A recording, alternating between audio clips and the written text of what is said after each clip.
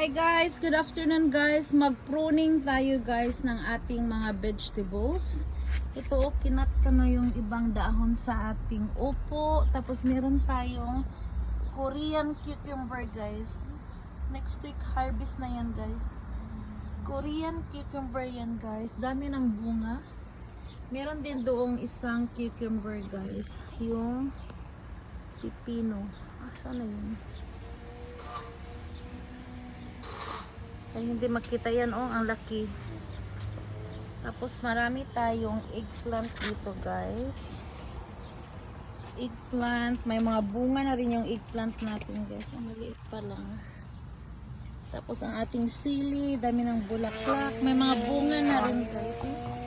Yung ating sili, yung ating kangkong.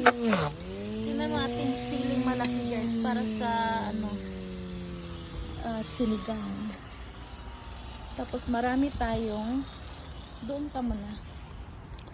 Marami tayong kamatis guys, oh.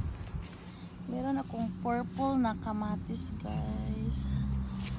Tapos ang dami ng bunga, oh. Lalaki na yung mga bunga nating kamatis, oh.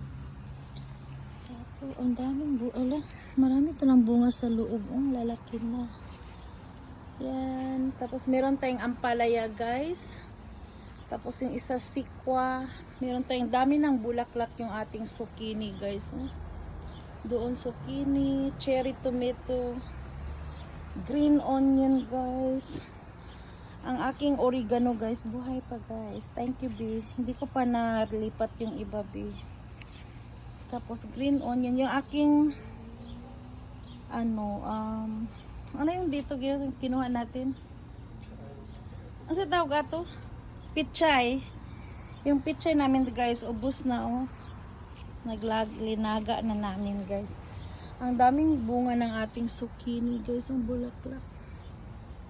Okay, kailangan ng bantayan everyday guys kasi bigla na lang lalaki yung mga gulay.